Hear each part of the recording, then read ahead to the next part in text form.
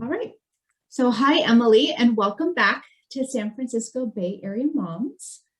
Hi, thanks for having me, Tracy. Sure. And the last time we were together, we were talking about your amazing work creating the Sober Mom Squad with some other pretty important and powerful moms for their own reasons. But today we're going to talk a little bit about talk about something different, but really related, I think. Well, it is related. You experienced two sexual assaults when you were in college, and I know you write about them in your book, Highlight Real: Finding Honesty and Recovery Between the Filtered Life. But it's only recently that you've been able to speak freely about one of them because it was the gynecologist on your college campus at USC. So I I guess my first question is, why is it so important to speak out? Either I know you were kind of embargoed by, legal things that happened, but whether it's happening to you then or years later or whenever, why is it so important to speak out? I think for one thing, now as a mom, I think a lot of things that come to light, or when you get to a certain age, or when you have kids who are a certain age, when things happen to you when you were younger, right? You can resonate like, gosh, I remember what it was like to be that age. So for me, a big part of it was, I want my girls to know when they go to their exams, when they go to the gynecologist for the first time, like if something's weird, they can talk to me. They can talk to a nurse. They can talk to their superior. They can talk to someone at the school, wherever that happens to be. And also, I think there are a lot of people who, just like I did, and a lot of the victims did, kind of just shut down afterwards, thought this was some isolated weird thing. I'm just going to forget it happened and put it away. And meanwhile, there were a lot of us who didn't know that the others existed. And so I think there's a lot of reasons that, just to know that it's okay to speak out and that things like this happen because these institutions, shut people up. And the only way to keep that from happening is to just speak out and be ask questions, and even if you're not sure, talk to somebody.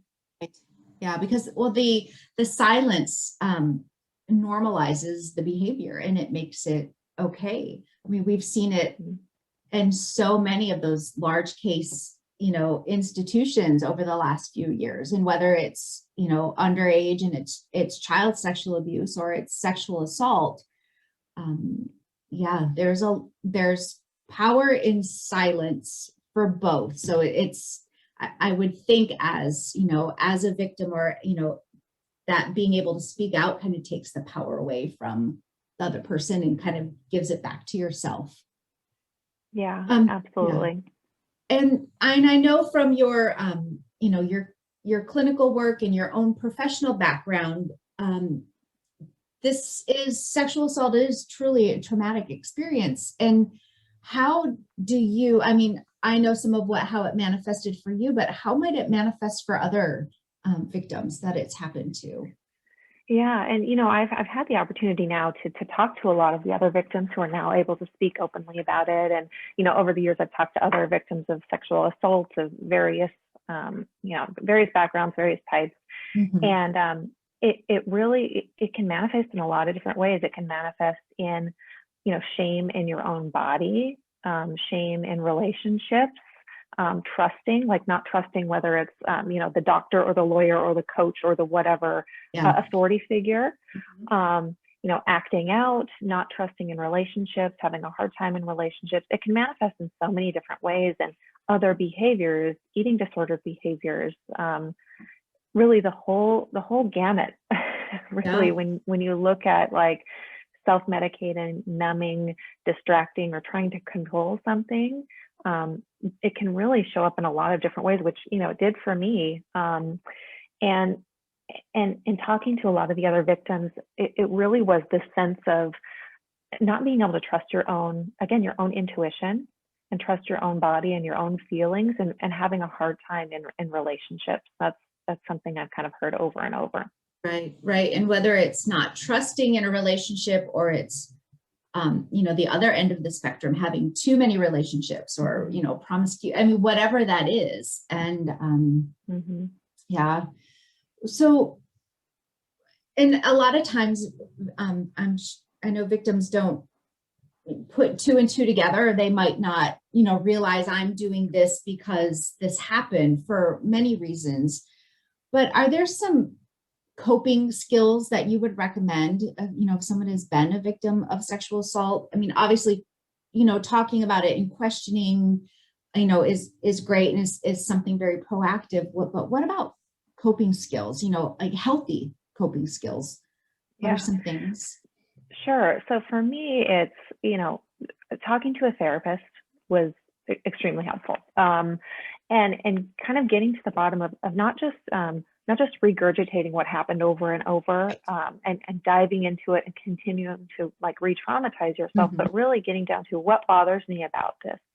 Was it because I didn't say anything? Was it because it made me feel uncomfortable? Was it this? Was it that? And kind of like anything, like any behavior or any trauma, or getting down to the how does this make me feel? What is this? What is this feeling, and what can I do about it? And how can I either reframe this or heal in a different way?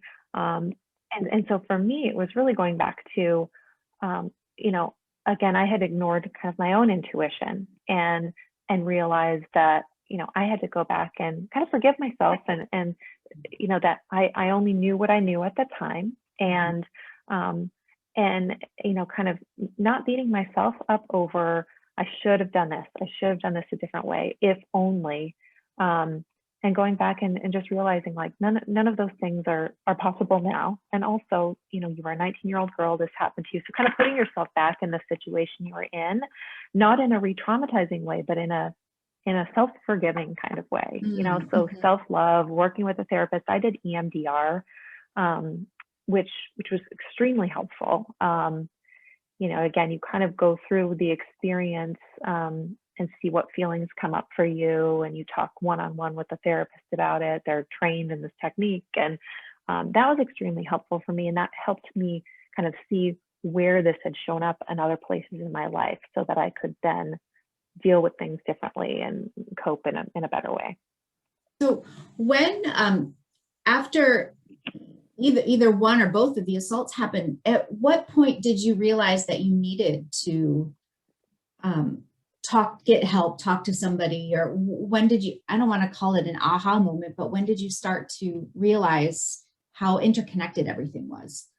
Yeah, honestly, it was when I stopped drinking, because ultimately, the drinking, and I had, eating disorders. I had all these things come up in my life that were problematic, that I had actually used to control. Like they were the solution for a while. They were solution to the feelings.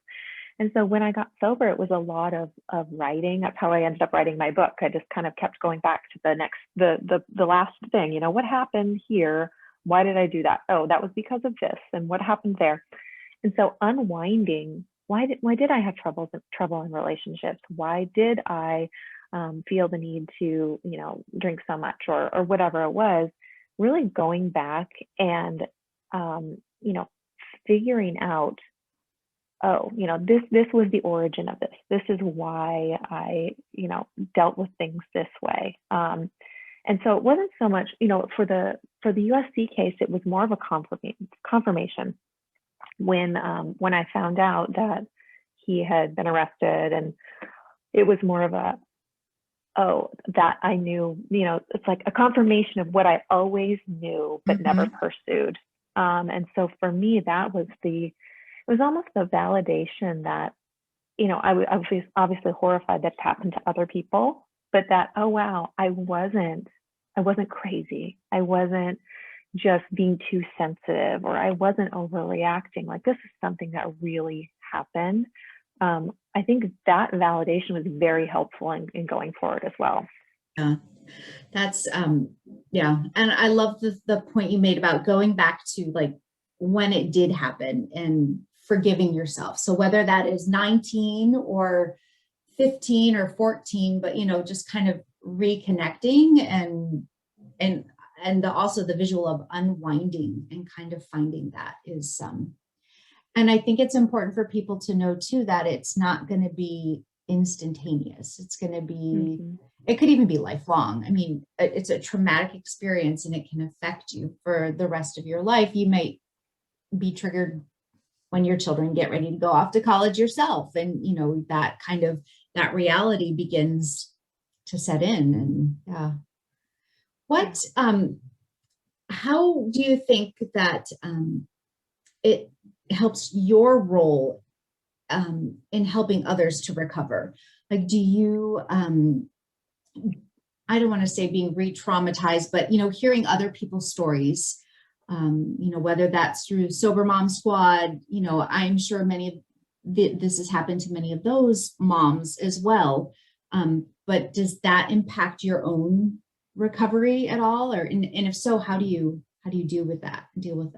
Yeah.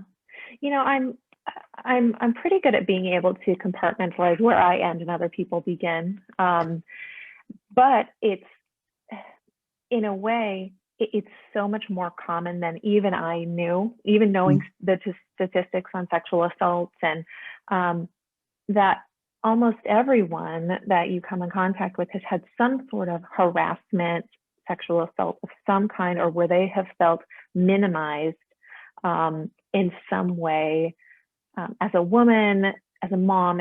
And so it's something that's so easy to identify with, that's one of the reasons I do share so openly, and not to be like, okay, I've been through this too, so I know everything, but in the sense that I can empathize as well as help, as well as look at next steps. And again, like you were saying, it's like going back and saying, you know, it wasn't your fault. And some of those behaviors that come out of it, I think this is really important and nuanced, that, you know, when usually when people come to me to work with me, it's because, you know, alcohol is the problem, right?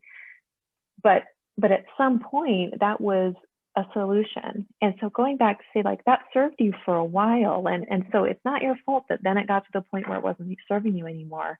That at some point you're just doing what you needed to do to heal from that one thing. And it's not a bad choice. It's neutral. It's just what you needed to do at the time. And just sort of helping people find neutrality around the choices that were made, that they're not good or bad. They're not, you know, there's no shame in anything. It's just, how do we move on from here? Right. Because there are a lot of other factors that are just always beyond your control. And you have to keep in mind what you can control at whatever part of the journey that it even happened. Yeah. So we started off with this at the beginning of the conversation. I would kind of like to end with it. So how, for those of us who have parents or are parents of teens and have, you know, kids getting ready and looking at colleges, how do we prepare them to, you know, protect themselves, speak up? You know, how do we prevent, you know, other cases from happening?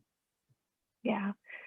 I think just brutal honesty and telling more. I think it's uncomfortable as a parent sometimes. You're like, oh, I don't want to talk about this, you know. But kids know so much more than we give them credit for. And if they don't find out from a parent, they're going to find out somehow. And if they don't find out, they're not going to be able to deal with things. And so, you know, because I've been asked along the way, like, do you think you're too open about drinking? You know, do you think your kids are going to want to drink more or less? And it's like, I'm just sharing what my experience and what I know. I would so much rather that than look back and say, well, Mom, why didn't you tell me? Why didn't you tell me that's the way it was, or that you had these issues? They're so much more straightforward than we think they are at such an earlier age. And so I think talking about their bodies and talking about body autonomy and what is okay and what's not, and that even a doctor, a teacher, a coach, and anybody, parents, doesn't matter. If there's something you're not comfortable with, you know, no, I'm not going to go tell you to hug your uncle if you're not comfortable with it. No, I'm not going to tell you that, you know, because the doctor says so. No, like, you are in charge of those interactions and you're in charge of your body. So I think those things can happen at a very young age that can kind of cultivate this comfortable, you know, relationship where they can call you and say like, I had a weird visit with the doctor today, and that it's already an open dialogue. Yeah, I mean, it starts at birth, like naming body parts when you're diapering a child, and just creating that normalcy of the human body. And also then you're right, that really important relationship that you or another trusted adult, has with your child, and that they have someone to go to, if they run into, something. You're not going to be able to prevent everything and anything, but you can, give your children those skills and help them become a little more resilient. And so if something does happen, they can, bounce back from it and get through it, or know that they can turn to you to help, help Yeah. get through Yeah. it. Just be kind of that soft space to land, Yeah. you know? Oh, that's great. I like that. I like that a lot. Well, thank you, Emily. Yeah. Thanks